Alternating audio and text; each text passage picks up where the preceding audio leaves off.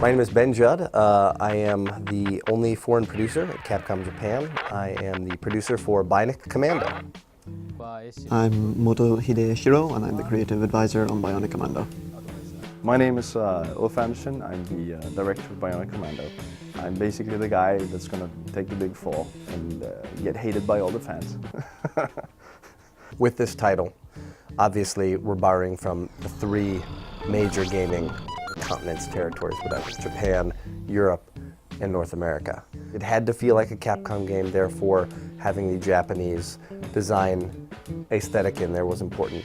It had to also feel like it was something that Americans were going to be able to grasp, to like. So therefore it was important to have someone like me who was going to work directly with our marketing teams and PR teams in the US and in Europe. It also needed to have the high-tech level in order to get the physics, the swing where it needed to be, which is why we chose a Swedish developer that we felt was able to do that. Well, in this project we have Grin in Sweden, and from my perspective, I think I have a lot of respect for Grin. I think they're an extremely good developer. They're a very high level of ideas. The technical side of it is pretty advanced, and we got a lot of experience in that area. So working together, we can get a lot of good stuff from Japan and good stuff from the Europe and the States. You're extremely lucky if you can find a company that's as similar in same vision, design, principles, creativity as what we are. That being said, their design process and procedures are different and their style is different. And trying to get the Japanese side, since we're the publisher, to understand the choices they've made, the order that they're going in to develop the game, that's always been difficult.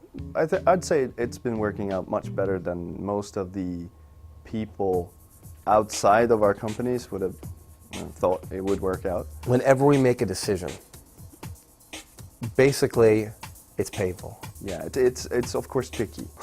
Because I can tell you from personal experience that there are certain key cultural differences, ways of communication, ways of thinking, different entertainment styles that just, they don't blend, they don't mix with each other.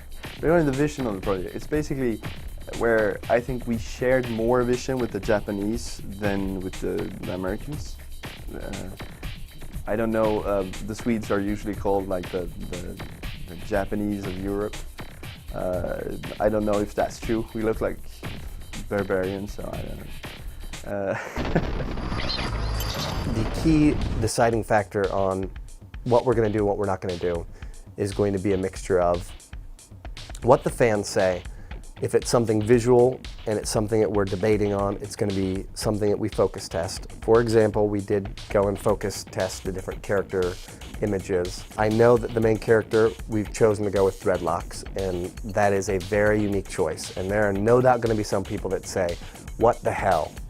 Why does he have dreadlocks? Approaching the game from a standpoint where we say, it needs to look really nice, but we need to use the visuals for gameplay.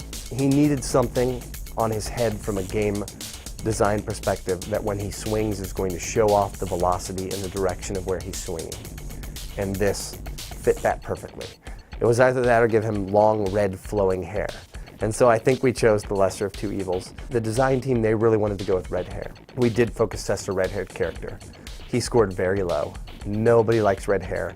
I have red hair. It makes me feel very bad. We've worked a lot on that, trying to get the old colors in and also kind of changing them somewhat, mostly in intensity, to make like the legs read separately from the arm. And it's really about approaching the game from a standpoint where we say it needs to look really nice, but we need to use the visual for gameplay.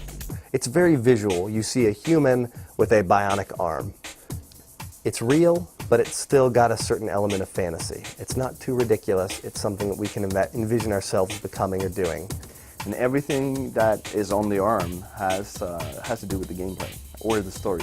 We kind of see it like another character of the game. Like the game has two characters, the main character and you have the arm character. And we decided that third person was going to be the best way to show off this character's super cool arm attached to the body. And then the last choice after that was, what kind of a wire system do we implement? Did we want to go with something that was just easy and you would randomly automatically hook onto things? Did we want to go with something that was technical, where you had to choose specific swing points and could only attach to them. Maybe we want something different. And that's how we finally, after testing multiple months, came to a hybrid wire system that I've never seen in any other game, and I think it totally fits this title. There's not really any good swinging games where you have that control. This game could not be a game where you felt like it's a real experience, like you just get shipped through it. You need to, it should be more like a car game or something. While we don't have access to the original team, we still have access to the memories. And I've been very thorough in trying to gather all that, because once again, I'm the biggest fan. You can be sure that when I started working at Capcom Japan, even though there still wasn't any plan for making the game, the first thing I wanted to do as a fanboy of the original game was, hey, did you work on Bionic Commando? Or hey, did you know Bionic Commando? And so I've heard plenty of stories about it. So I think we've gotten the essence that we needed to.